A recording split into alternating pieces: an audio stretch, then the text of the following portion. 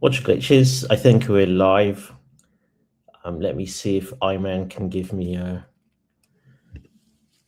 some feedback if I'm actually live.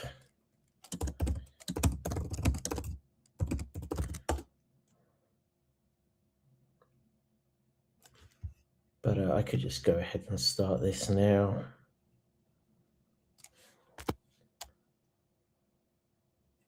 Okay, it does look like I'm live. So let's have a look at the FIP 16 Restructure Flare Tokenomics for Long-Term Network Sustainability. John from Flare Community did a great video of this earlier, but I just want to read it for myself. And if anyone's interested, you can also drop me some comments and maybe we can get a few people to contribute and share some thoughts around this. But let me start to read through this one more time. Like I said, I watched John's video, read some of the comments around it, but I thought I need to read the FIP anyway, so I might as well put it on a live stream. So let's go. FIP 16 Restructure FLR Tokenomics for Long-Term Network Sustainability. Brief introduction. Making F assets safer through stablecoin collateral and more capital efficient via the core vault unintentionally reduced FLR's role in the ecosystem.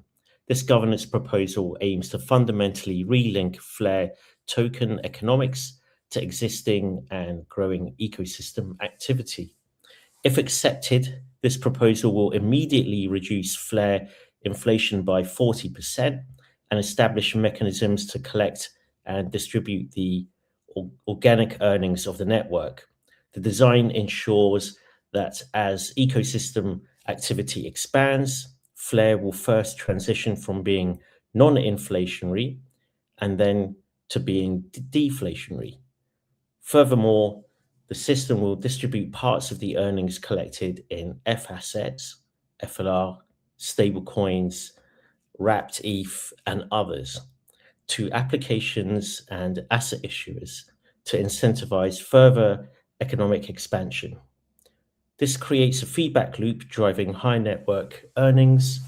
Additionally, the proposal seeks to accelerate Flare supply reduction and further incentivize staking over delegation.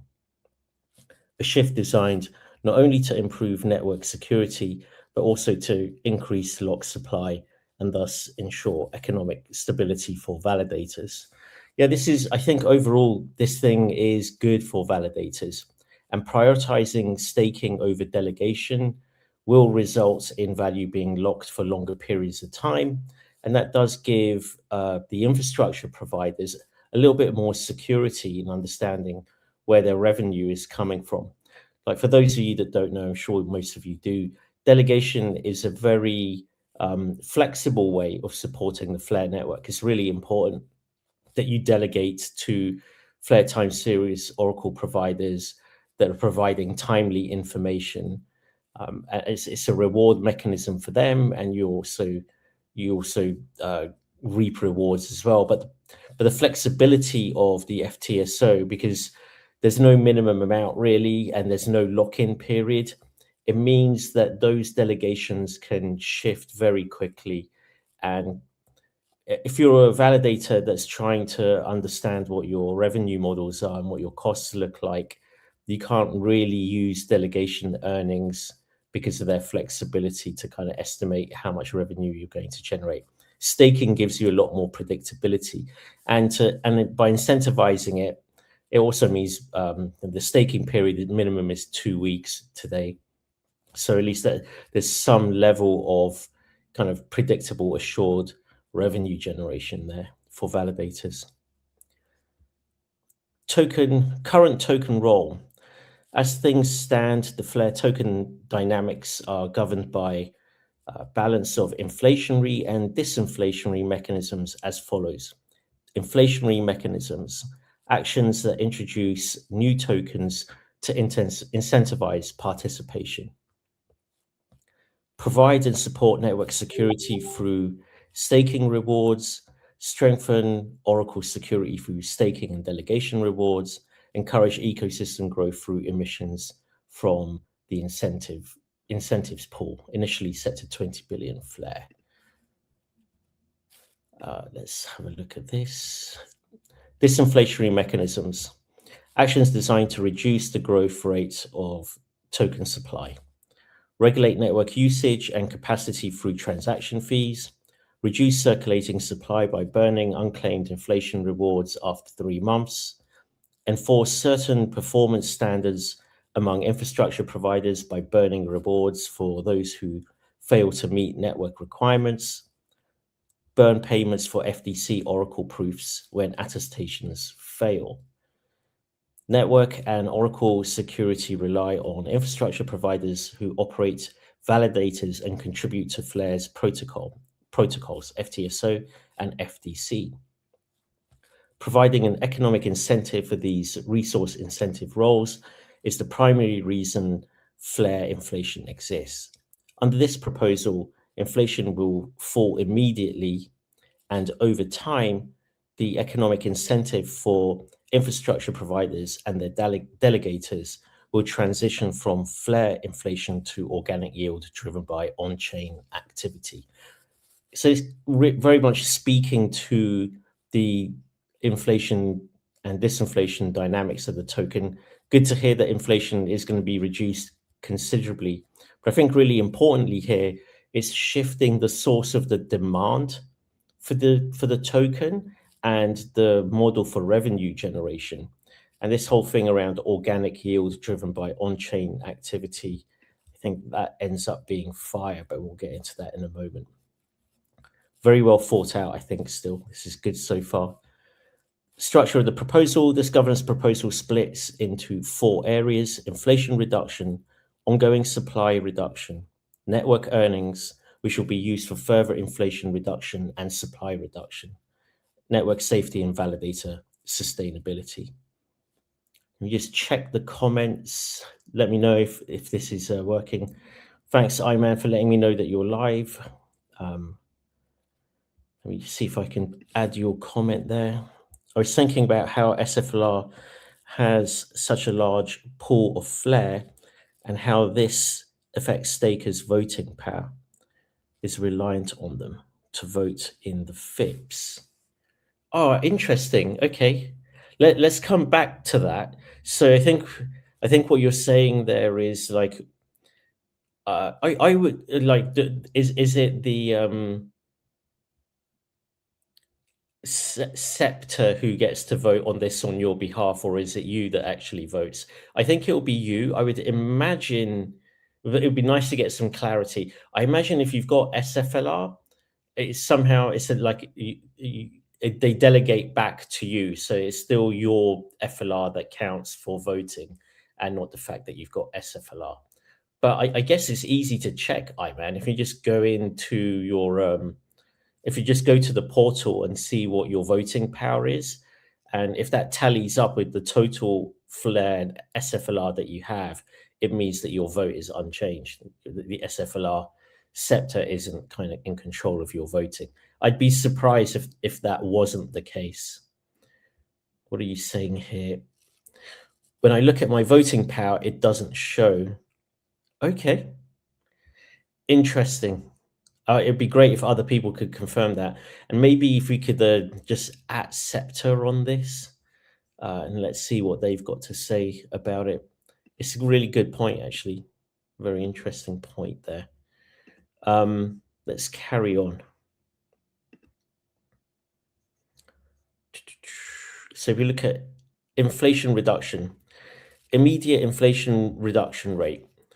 If this proposal passes, annual inflation will reduce to 3% from the current rate of 5%.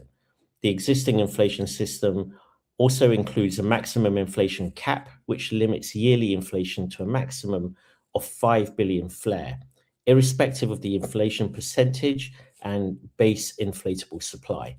This proposal also reduces the hard cap for yearly inflation from 5 billion to 3 billion to keep the cap in line with the decreased inflation rate. So good news, I think, for most of us that believe that There needs to be some elasticity in the token supply. I'm not necessarily 100% fan of a deflationary asset, but nor am I a fan of a highly inflationary one. So going from reducing to 3% is a pretty low level of inflation, and then in time they suggest it could even become deflationary at that point. That would be quite interesting to see if it actually happens. I wonder. I think ultimately there are other factors that are more important than the inflation rate of the token in terms of creating price value, but we can get to that later.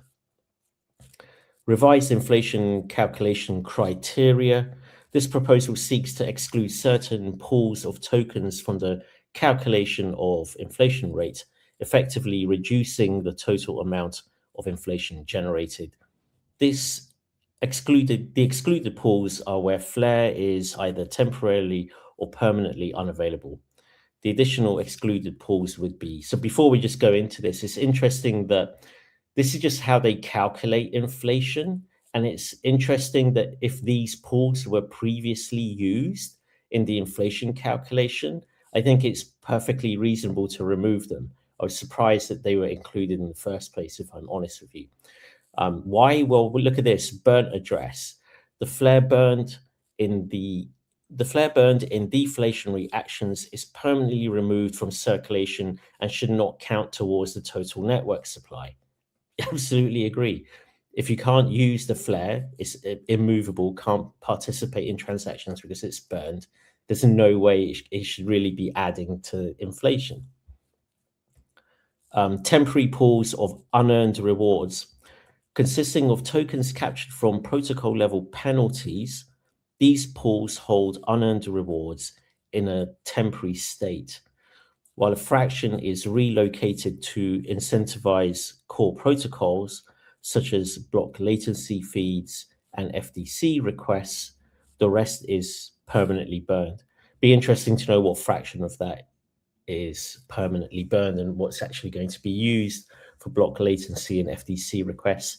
But yeah, I don't think it's particularly controversial to remove this from the calculation of inflation.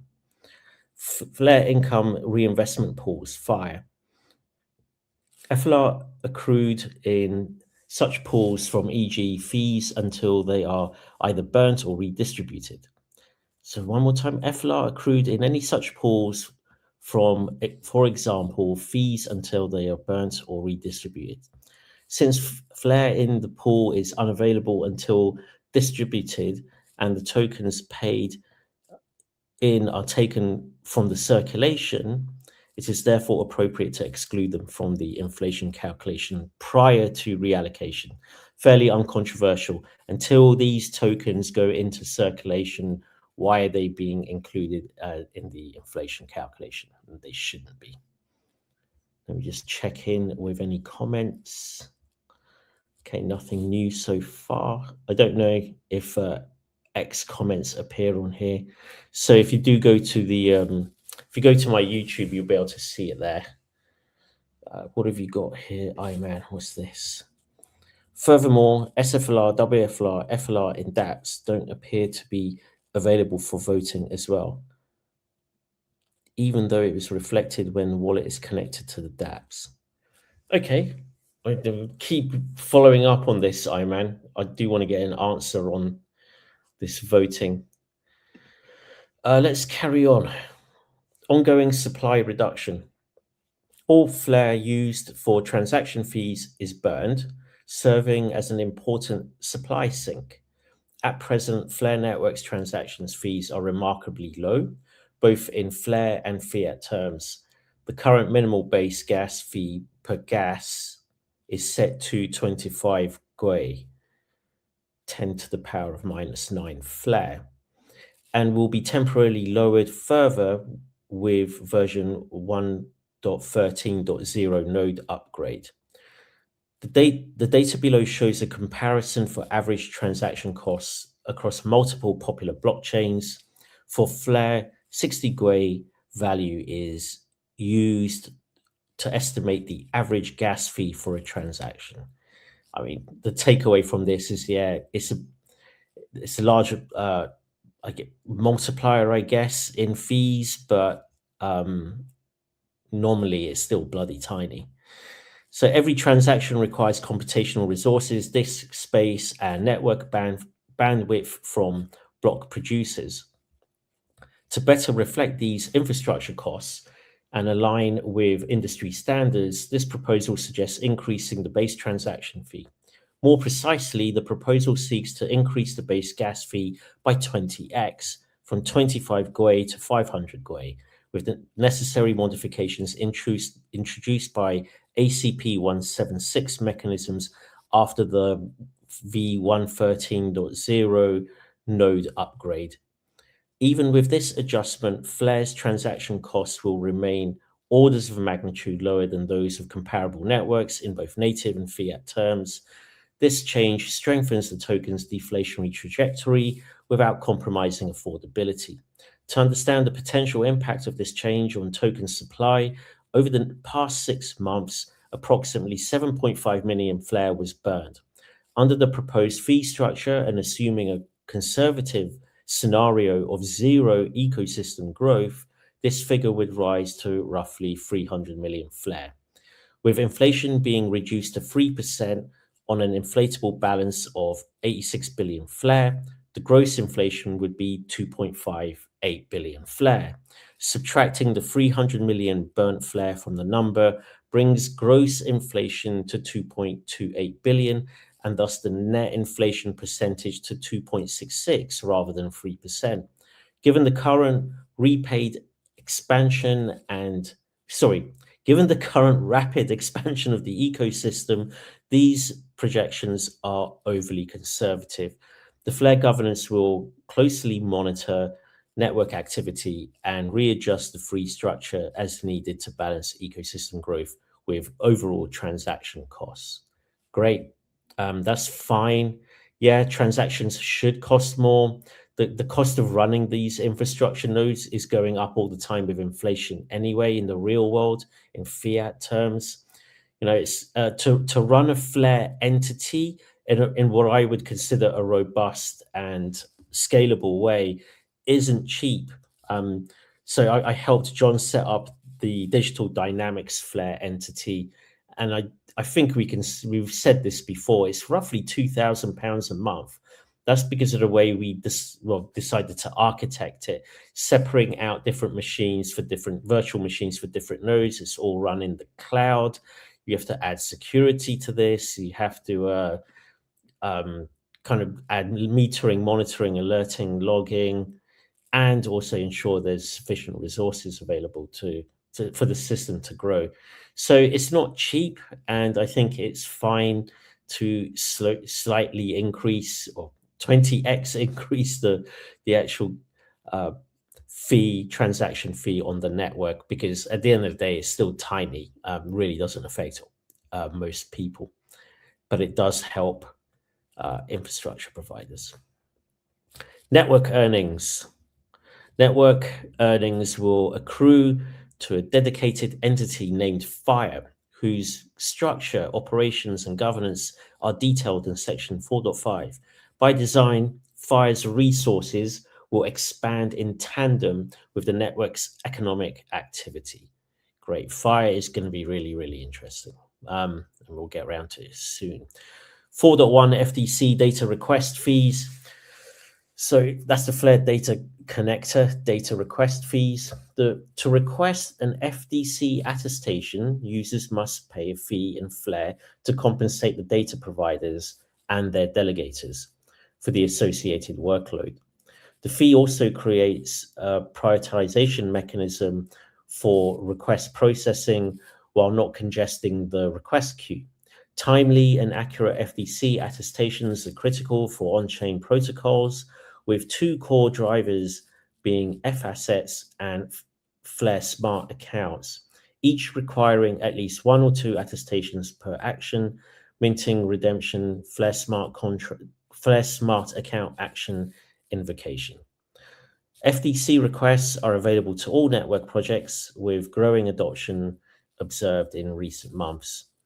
Current use cases range from prediction markets to cross-chain payment metadata attestations for compliance.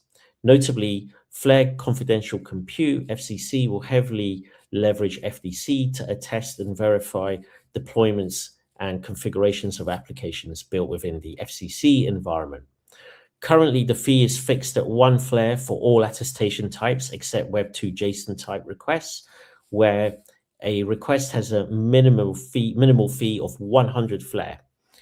All fees paid for FDC requests are collected and distributed to infrastructure providers and their delegators as part of the rewarding system, on top of inflationary rewards. Fees for any unconfirmed requests due to malformed requests, invalid or unconfirmable requests are permanently burned. Okay, so FDC is fantastic for those of you that don't know Flare Data Connector. Essentially, it gives a blind blockchain the ability to learn about events that have occurred outside of the network in a decentralized and secure, robust manner. It's really critical for building applications on decentralized applications that rely on real world data, because we all know how easy it is to hack those applications if their oracles are weak and not fully decentralized or secured, as we've seen. So it's great that every time you make an attestation request from the network, you pay a small fee for this. And it's great to see that those fees are going to be accrued and they get distributed back to the infrastructure providers for the service they provide and the infrastructure that they run. So we've got a breakdown here of the different kinds of attestation requests that exist today. I would imagine in future, this is going to be a vast catalog of different kinds of attestation requests. Current fees are really low at the moment, as you can see, 1 Flare, as we just discussed. So it's proposing 20x on some of these, and for confirmed block heights, which are probably very frequent, one of the most frequent requests. And maybe I wonder if it's worth sharing. Maybe I'll do it later if people want to see. Catalanica provide a really good interface where you can see how many of these requests the validator data connector is processing in real time. And we have seen a big increase, over time. It's growing at pace, these attestation requests, which are part of the overall transaction volume on the Flare network. I expect this will grow massively in future. That would be the sign of a very healthy and healthy network with lots of developer activity, building applications that are actually demanded and being used by the network participants. So what have you got here, Iman? Just checking in with you. Anything about, we got, who is this? Fruition Films. Oh, anything about using SGB in these flare pools? Okay, there is something in there which will breathe some life into Songbird, I think. And that's really around, well, we'll get into it. It's really around voting power and some of the decision making, if I remember correctly. But we'll get into it. And I think it piqued my interest when I initially read about this. Songbird should play a larger role in all of this. And I think it will be given some more attention and be involved in the process. So great for mentioning that. Hopefully we can come to it. Flourishing Films.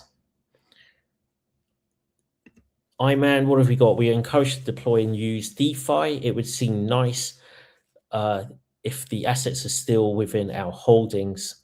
They should be available to use for voting. Yeah, totally agree. I'll be surprised if that's not the case. We need to dig into that. And what is this? A response Flourishing SGB has different SIP SDP. It does, but it is mentioned here, if I remember correctly. So let's get onto it. So furthermore, the fee distribution mechanism will change as follows. For each request, 10% of the fees will be distributed alongside inflation, consistent with the current model, while the remaining 90% will be directed to FIRE. Even with this new split, the absolute amount of fees going towards protocol rewards will be higher than before. I hope so. Flare governance will monitor the impact of these changes and may propose further changes in accordance with the methodology established in FIP 11 and FIP 14. Fine. I think there may well be some calibration of this. It will be dynamic and very much dependent on how many of these requests are generated and the fees that they accrue. The fee increase the fee increase makes sure that applications using the underlying Flare data infrastructure are paying sufficient fees to support the crucial maintenance done by their data providers and by Flare stakers who provide a crucial security layer. The FTC system attested upwards of 25,000 attestations before the launch of F-Assets alone, with a large 2 to 5-fold increase in payment attestations since the launch of F-Assets, an additional 10,000 attestations in the first 2 weeks since the launch of Flare smart accounts. Keeping the system sustainable and secure is more crucial than ever. The more successful these attestations become, the more applications use attestation, which we can absolutely guarantee that's going to happen. There could be like quite a big exponential increase in these kinds of transactions. And the strain that will cause on infrastructure providers is making sure that they have the necessary compute network and CPU, whatever they need to deal with the growing demands of computation on the network. So 4.2 F-Assets and Flare Smart Accounts fee switch. The upcoming F-Assets upgrade simplifies the minting process by removing the need for 2 transactions and allowing minting directly to the core vault. As well as decreasing the minting time, this upgrade greatly increases the bridging capability. Additionally, it adds a layer of extensibility, allowing users to compose bridging together with immediate transaction execution within the context of the Flare smart accounts. The change in minting decreases the reliance on F-Asset agents and changes their role to performing redemptions only, as the new deposit mechanism does not depend on the capital lockup from the agent side. Its costs decrease. Instead of removing the minting fee, the existing fee will be reallocated to Fire. With the core vault that was already introduced in F-Assets 1.2, the capital requirements on agents was greatly decreased. Additionally, a large volume of FXRP bridging transactions were introduced to support the agents and collateral pool expected from expansion. To fund support for this F-Asset infrastructure, a portion, 10% of redemption fees, will also be redirected to Fire incentive protocol, with the majority still being kept by the agent and participants in the collateral pool to reward their participation. Additionally, FXRP will allow a shortcut version of the minting with a destination tag. With this shortcut, the minter will be able to permanently acquire a specific destination tag on the XRPL and core vault address as the entry point to mint directly for their designated Flare address. The destination tags will be available for registration directly from the F-Asset system for a fixed governance controlled fee, and then transferred and modified by their owners.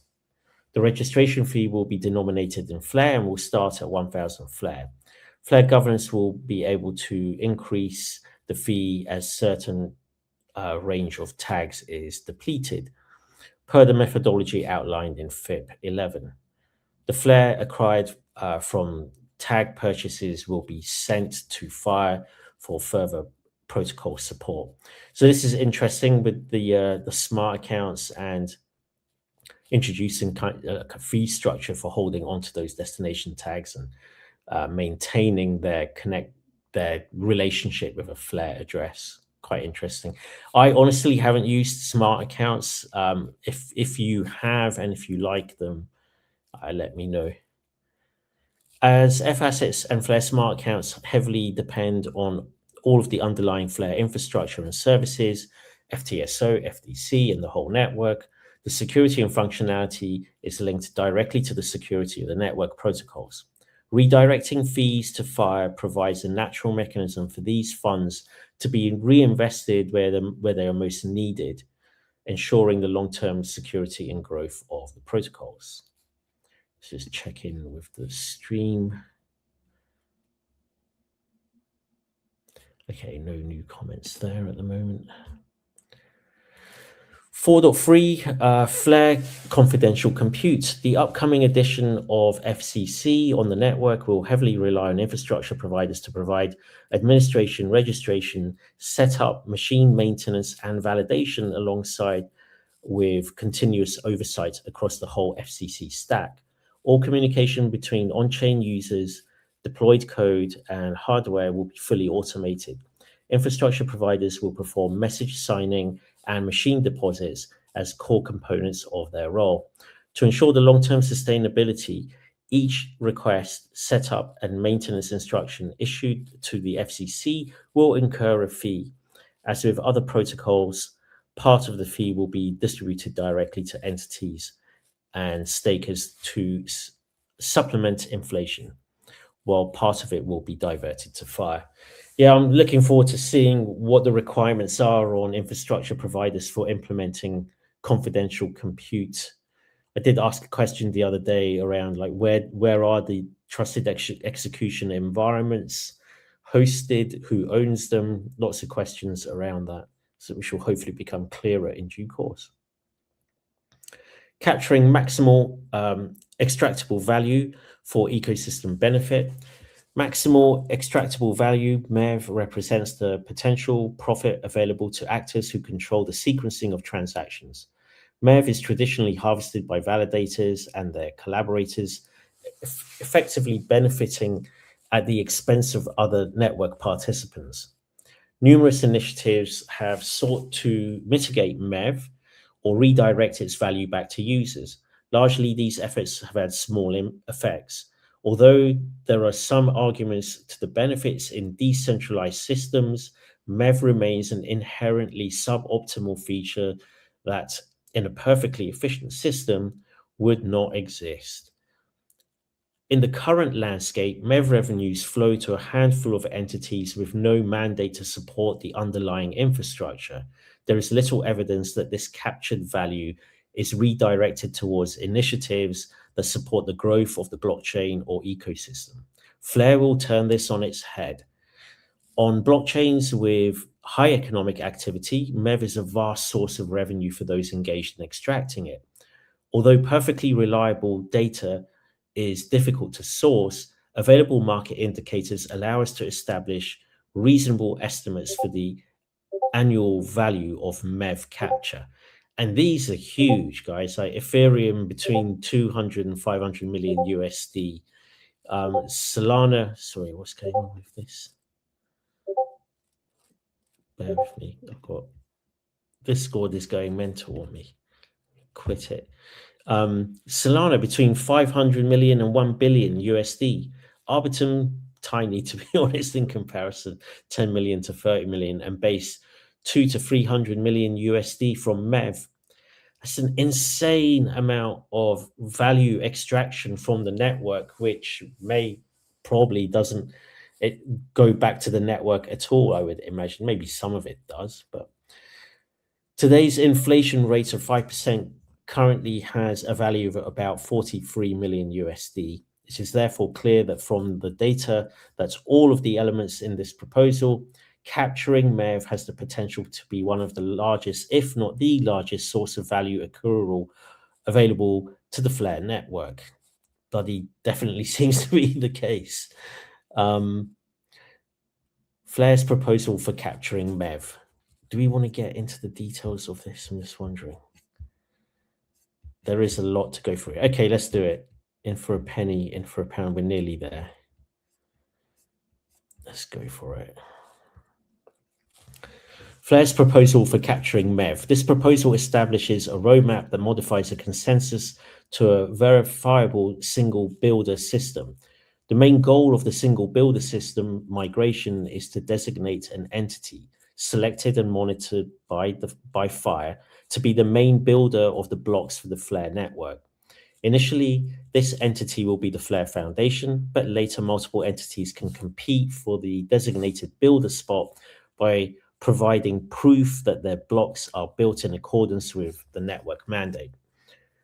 The validator network and Flare Systems Protocol, FSP, entities will evolve through the transition. The contribution and requirements of the Flare token will stay the same. Staked and delegated Flare provide vote power for entities across the ecosystem, both as block validators and data providers, where the role of the data provider will expand to become more and more prominent. Block building roadmap. The block production upgrade will proceed in multiple stages. Each stage will ensure that parts are thoroughly tested, stable, secure, and that the integrity as well as the liveness of the network is maintained at every point. MEV accrual and capture will already start in the initial phase, and each successive phase will allow far more extensive and further capture, as well as increase the transparency of the block building process. Stage 1, single fire builder.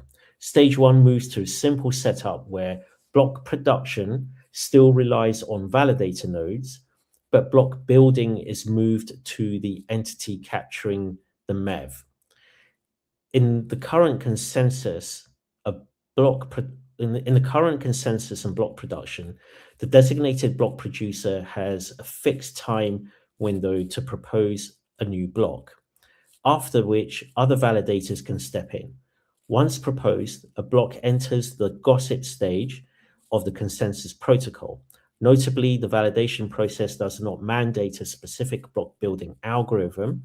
As such, the proposer has full discretion over transaction ordering, provided all included transactions are valid. This proposal modifies the consensus and block proposal algorithms as follows. Blocks are built by FIRE designated builder. During eligible windows, validator nodes fetch blocks built by the designated entity, validate them, and gossip them to the rest of the network. Consensus and validation mechanisms will be modified to ensure that the block was indeed built in accordance with the new system.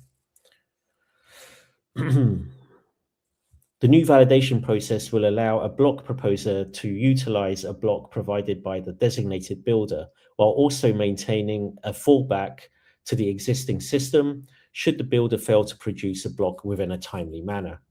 This approach ensures that any block producer can recover and maintain network liveness even if a builder is unavailable.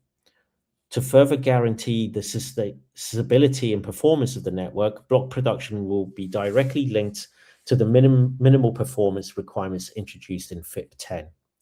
FIRE will periodically review mempool data and block building data to ensure transactions are not being censored. New proposed transactions are not malicious and extract MEV if positive for the network. In case of discrepancy, security concerns, or unavailability, FIRE will be able to execute a temporary stop to the second co-signing, allowing block producers to bypass this and return back to the old style blocks. Stage 2, decentralized block building via FCC deployment. Stage 2 upgrades the single builder model from stage 1 to a fully transparent and decentralized method of MEV capture, where block building is controlled by an algorithm running inside the FCC deployment or other similar secure deployments. In the second stage, the block building algorithm will be made partially public, constantly audited, and reviewed to ensure captured MEV is positive to the network. Additionally, blocks will be built within FCC to ensure compliance with the FIRE MEV mandate and prevent both censoring and malicious MEV. The existing validators will cycle the proposed blocks, while the network will move to a singular builder system where the whole block building process will run inside FCC to ensure correctness. Damn, okay. I'm getting a little bit exhausted by this. Let's just check in. Don't know if there are any new comments at the moment. 33 people watching. Let me know if you want me to carry on. Just grab a drink. Give me a moment. This is fascinating stuff, and it's good to see the FCC really being involved in the creation of this single builder. I mean, the MEV extraction is really important. It's huge. It's a bit of a game changer. That isn't radical. I don't know what the F is, but let's carry on. Where did I leave this off? Okay, I think we got to stage 3, unified builder proposal mechanism. Stage 3 upgrades the fully transparent system to a much more efficient version where existing validator roles become obsolete and fully migrates the entity part already required by the FSP.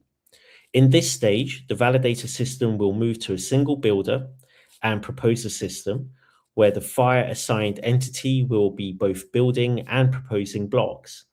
This will require further changes to the consensus algorithm to allow for a single block proposer designated by the network governance. The designated proposer will make sure to provide sufficient uptime and availability, as this is crucial for the ecosystem and blockchain performance, with multiple geographically distributed builder and proposer servers. Okay. The role of the existing validator nodes will change. They will no longer be producing blocks, but still remain the core security layer in which ensures the correctness of the proposed blocks. Importantly, the crucial part of Flare tokens, which provides security to the system via staking and delegation, will not change. Staked and delegated stake will continue to count towards the voter power of FSP entities, which will continue to have the same impact on FTC, FTSO, and FCC, irrespective of changes in the block builder and proposer mechanisms. With changes implemented in this proposal, Flare staking will become much more prominent in its impact on security of the core Flare protocols. Meanwhile, the impact of WFLR delegations, not time locked, on voter power will decrease.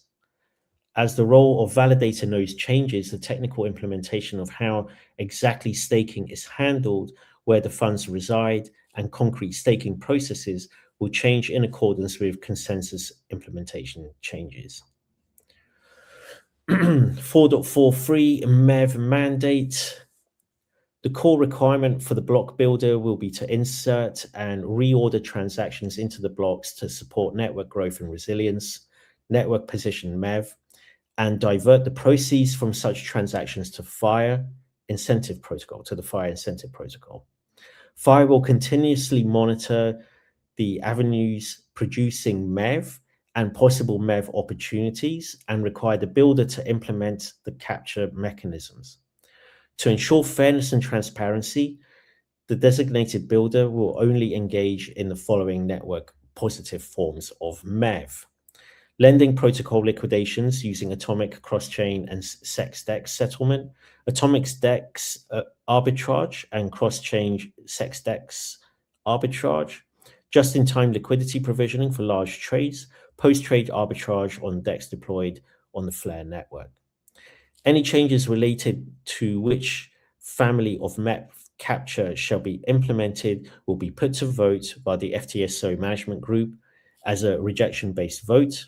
The MEV capture and reallocation mechanism will improve network's efficiency while also supporting network growth by directly reinvesting the captured value of token holders and protocol and capital deployment. This is done in a way that will that is unique and better suited to long-term sustainability compared to any existing operations in the wild. Yeah, one would hope so, for sure. I mean, especially if there's an element of governance involved and the community participating in what FIRE is going to be actually investing the MEV that it's accrued. 4.5, Flare Income Reinvestment Entity. FIRE is the umbrella entity that will control network revenues accrued via any of the methods proposed in the current FIP and any further network revenue redirected to network growth and sustainability. This proposal designates the following network revenues as the main contributors to the incentive pool. FDC protocol fee, a proportion of the fees for all FDC requests. F-Assets and Flare Smart account protocol fees, fees collected from attestation and system-level messages in the FCC, network-wide value acquired through capturing MEV.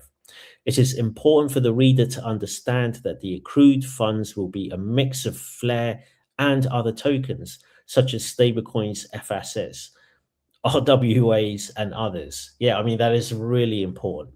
I think it's wonderful to see revenue being accrued in more than just Flare, but also swapping those other assets back for Flare just will generate a nice buy pressure for the asset as well. The primary mandate FIRE established by its governance vote is to reduce the supply of the Flare token as far as possible.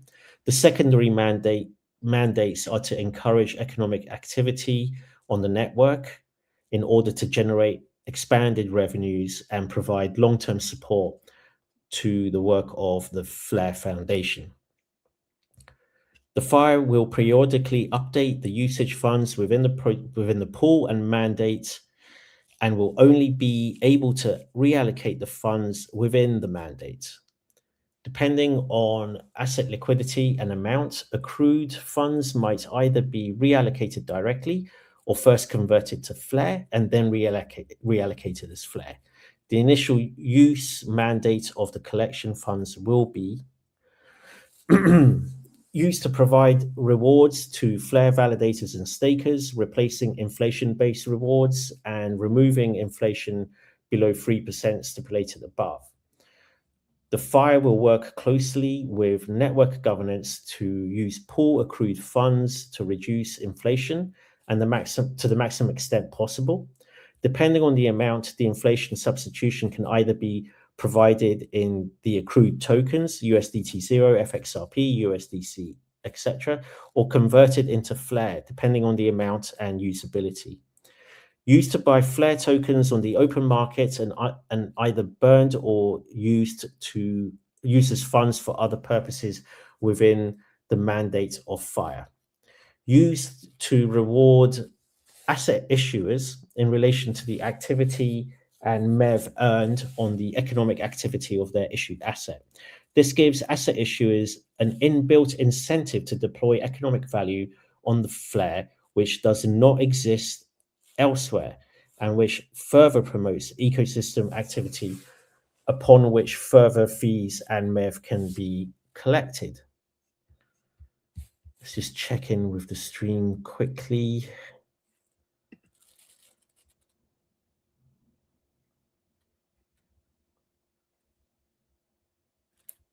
Let's see who have we got here. Hey, thanks, McFlair, for that. What have we got? Iman, does boosting staking reduce decentralization? Any question around decentralization is so bloody tough to answer. I would say no. Ultimately, hopefully, what I would really hope would happen is that we get more validators, more Flare entities set up, because it would help to give them a more robust business model. The more Flare ultimately, the more Flare entities we have, the more validators we have that are owned by different entities and owned by and managed by different people within the community, the greater the decentralization. So I would say if If boosting staking increases the number of Flare entities running infrastructure globally, then it should help to decentralize the network.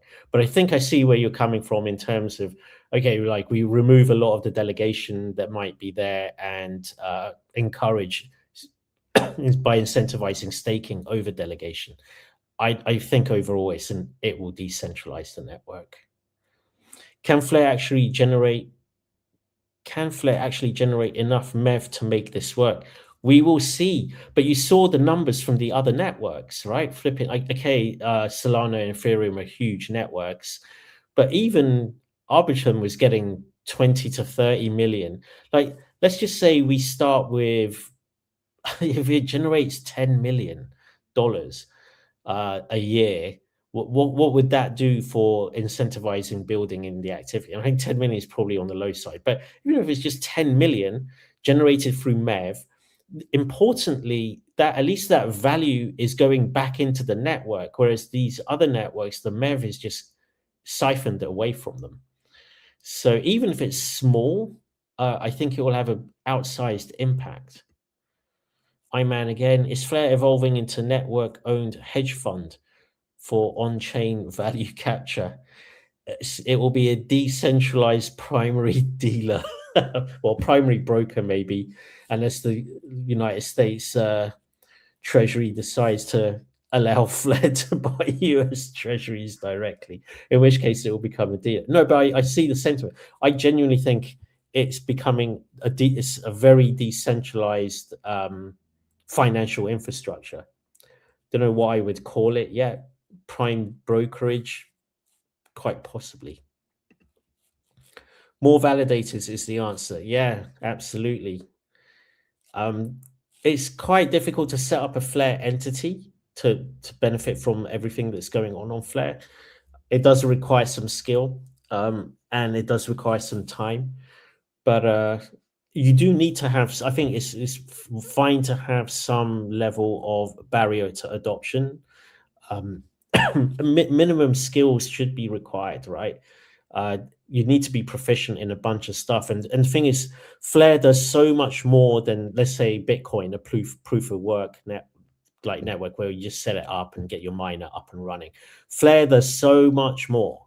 It's like infinitely more useful. But the cost of that is that you need to slightly more intelligent people to be involved and to run it, unfortunately, or fortunately, depending on how you look at it. Okay, just a sip of sake and let's get back into this. 37 viewers. Do like, subscribe, retweet, all that nonsense. Bonsai. Okay, let's get through this shit. Okay. Where did we get to? Okay, we were down one of these bullet points. Used to reward asset issuers in relation to the activity and MEV earned on the economic activity of their issued asset. This gives asset issuers an inbuilt incentive to deploy economic value on Flare, which does not exist elsewhere, and which further promotes ecosystem activity upon which further fees and MEV can be collected. Used to increase the yield or liquidity available through dApps to support expanded economic activity on the network. Used for Flare Foundation long-term sustainability in the development and support of the network as a whole, supporting security, engineering, application development and deployment, ecosystem development, and user initiatives that directly strengthen Flare network. 4.5.1 Governance of FIRE. The establishment and mandate of FIRE is authorized by this FIP. The administration of FIRE will be undertaken by the Flare Foundation, who will over time put together a committee of members, both internal and external, to the foundation to manage the entity. The decentralized governance of entities that hold, or in the case of FIRE potentially hold, a large amount of funds has historically been subject to many pitfalls and many forms of egregious exploitation. This is largely due to the governance procedures generally being an activity that has very low community participation, leaving the system open to exploitation by small groups of large holders who may not have the wider community's interests or the long-term interests of the project in mind.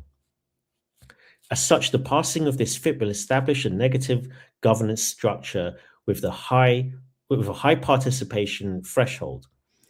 This will allow the community to establish the ability to stop, this being the negative aspect, the actions of the Flair Foundation, should it find those actions to be against the broad wishes of the community.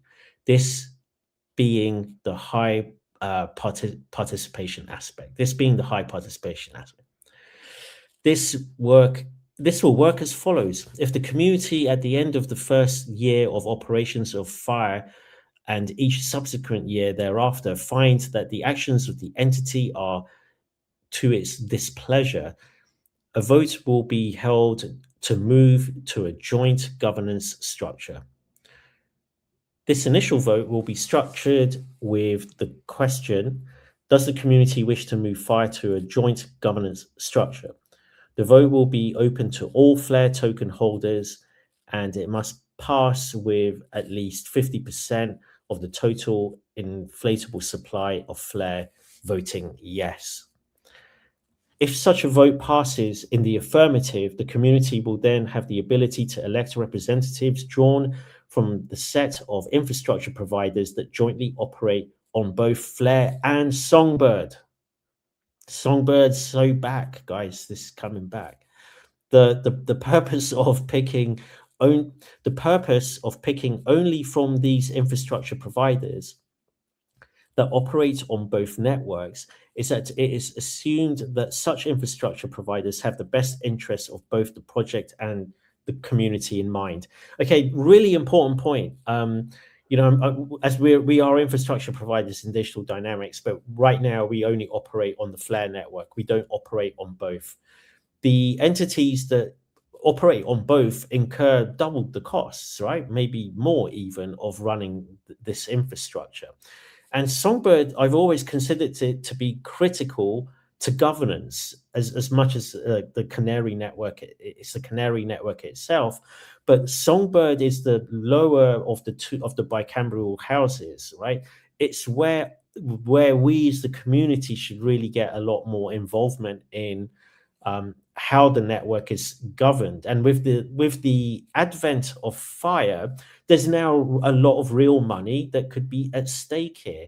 So I think this could well breathe life into Songbird if it's done. If we generate enough MEV, and it's a way to really a nod to the infrastructure providers who for a very long time have been running infrastructure on both Songbird and Flare. And I think it's a safe assumption that those entities who are massively invested from the beginning make good stewards of the network. So really important point. And that kind of when I heard John speaking about this in his YouTube earlier, that kind of put a smile on my face because yes, Songbird is coming back, and with very good reasons.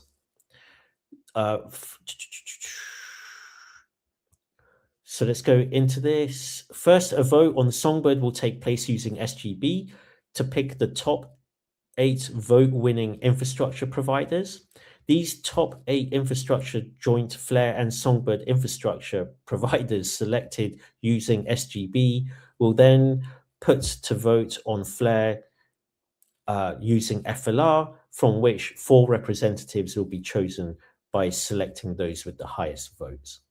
Once these 4 representatives are chosen, they will be required to approve the suggested actions of FIRE, such that neither the Flare Foundation nor any committee chosen to manage FIRE can take an action without also having to consent to the community of representatives. If joint governance of FIRE is established, a new vote to select community representatives will be held each year. Unvested funds redistribution. This proposal changes the unvested cross-chain incentive mechanism. Instead of being burnt, the unvested claims fees are sent back to the cross-chain incentive protocol. Okay. New network and validator sustainability. 5.1 rebalance reward distribution to P-chain staking. The current voting power calculation gives equal importance to P-chain staked on P-chain staked tokens and C-chain WFLR delegations, with the exception of FTSO anchor feeds, which rely solely on C-chain delegations. This proposal firstly aims to unify vote power calculation across all of the FSP protocols on the C chain. So that's the FTC, FTSO anchor feeds, and FTSO block latency feeds to rely on what is currently known as the signing weight, a combination of staked and delegated tokens as described in the FTSO v2 white paper. In addition to this, the proposal aims to adjust signing weight calculation by assigning a higher weight to P-chain stake, initially set to 5x relative to C-chain power. I think that's quite a big change. 5 times more weight on the P-chain. This change would also impact the rewards distribution according to the participation rate. Users staking to the P-chain would get much more of the rewards accrued to C-chain FSP protocols, while users delegating WFLR on C-chain would get a lower rate. The higher reward rate for P-chain staking would in turn drive more flare to be staked on the P-chain, as P-chain stake is much more stable and provides greater security to both FSP functions and block building. The results will strengthen the network and increase the resilience of data protocols necessary for all products. Oh god, my eyes are killing me, guys. Let me just quickly see what's going on here. What have you got here, Iron? Reminds me of Cardano's. I don't darken this stream by bringing Cardano into it, Iron. What specific apps or flows will generate the MEV needed to validate this thesis? Well, it was mostly described as arbitrage, right? So because you can order the transactions in a block and prioritize some transactions over others, that gives you the simplest way that I think about it is that it gives you arbitration possibilities. I'm sure there are far more sophisticated ones as well, but arbitration alone will probably result in significant revenue generation through MEV. Are additional safeguards needed to prevent large holders from dominating decisions? I think the more safeguards that you have, the better. Do we need more than stated in this FIP? I'd love to hear other people's comments on that one. Another one from Iman. Will there be a public dashboard showing all FIRE revenue? I hope so. It should be absolutely transparent. Good call. Right. How much more have we got of this? Oh, we're nearly at the end. All right, we can do it. Where were we?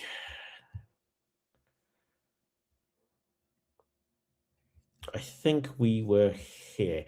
To allow for an increased amount of stake, the max validator node size will be increased from 200 million to 300 million flare.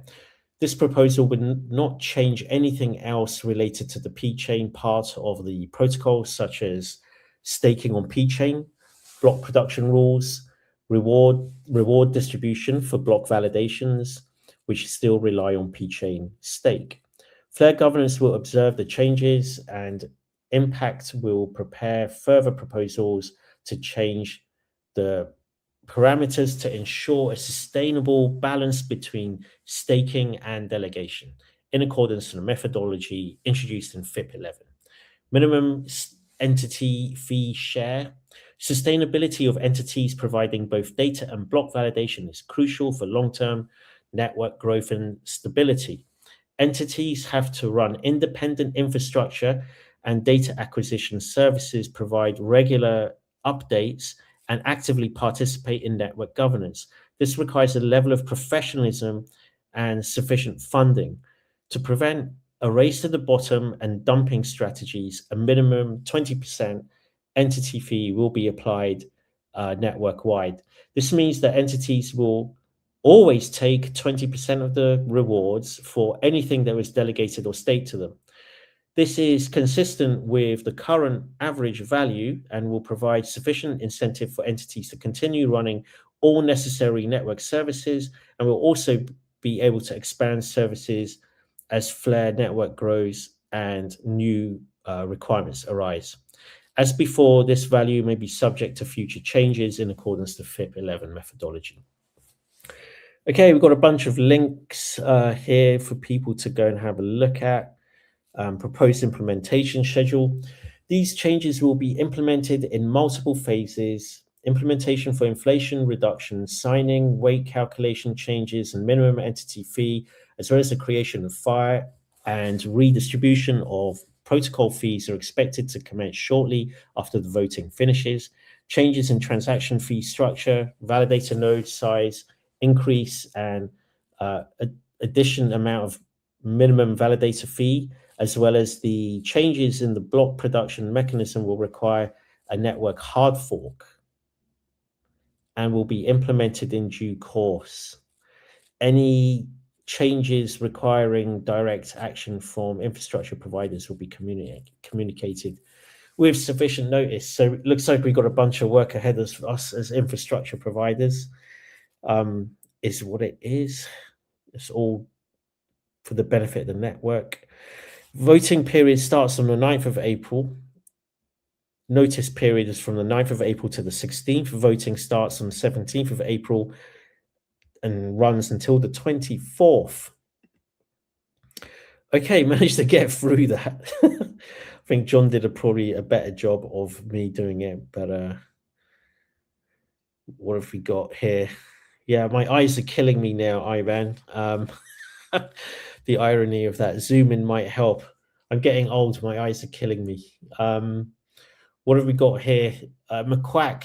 Should I buy Flare now? You buy long now. You buy long. You buy Songbird. Yeah, not financial advice. I would stress. What have we got here? Is the DAO structure the right long-term model for managing FIRE funds? Is there any decentralization is at the heart of Flare networks? Is there an alternative to a DAO? Like we got to at some point make DAOs work. I know there's been a lot of experiments and a lot of failures. It was hinted to in this FIP as well, where it's normally large financial interests that ruin the DAO or seize control of it for their own interests and like at the expense of all other network participants. I don't think we can have one man, one vote either, right? Anyone that knows me knows that I hate democracy. I would remove the franchise from a lot of people day one very quickly. So I don't think anyone should be involved in governance. The right people, we kind of need an aristocracy of people being involved in governance and participants that have vested interest in it, significant interest, I would say, beneficiary owner level of interest, like would be, we need to make DAOs work one way or another. And again, the bicameral nature with the lower house being Songbird, the upper house being Flare networks, and as the network grows, I think we're going to see governance come to the fore. And yeah, if the MEV generates some real value, then I think that's going to sharply focus people's minds on governance again. Because participation in governance is not everyone wants to participate, and not everyone should. And what's your overall like on this FIP? I think it's great. I think it is radical. If you don't understand what it means that they've identified MEV and they've given careful consideration on how that value can be returned to the network, aligned with the core values of the network, placing decentralization at its heart, that's radical as hell. The understanding understanding and accepting the value of infrastructure providers. Hands up, like I am an infrastructure provider. So, but for this FIP to recognize the role that they play and to try and make their contribution sustainable moving forward is a big win. That's not necessarily radical, but it's bloody good that it's in there, I think. The focus on reducing the inflationary elements of the token is helpful, not radical, but good. It's definitely good to see how much thought that's been given into that. But I think, yeah, the radical part of this is Fire and Mev, which I really haven't heard any other network challenge Mev in like this before. If anyone has, like, do let me know. But it's one of these things where you think it's bloody obvious with hindsight. Well, why didn't we do it earlier? But that's because it's pretty damn powerful and actually quite unique. So if there is Mev to be extracted, fantastic. It goes into Fire, and that entity will handle the distribution of rewards moving forward based on strong governance. That could be, yeah, that's a game changer. That is radical, and that's a game changer. Let me check on X. I don't know if anyone's been leaving comments on X or anything like that. What have we got? Do like, so, oh man, you're always there. Thank you for that. Yeah, this is on X, it's on YouTube. I'll leave it there, gang. Do like, subscribe, and retweet and all that nonsense. And I hope this has been helpful. I'm going to reread it again, and it'll be great to have a lot of questions that we haven't answered around this. So it'll be great to see what those are. Thanks, everyone. Later glitches, later cryptards.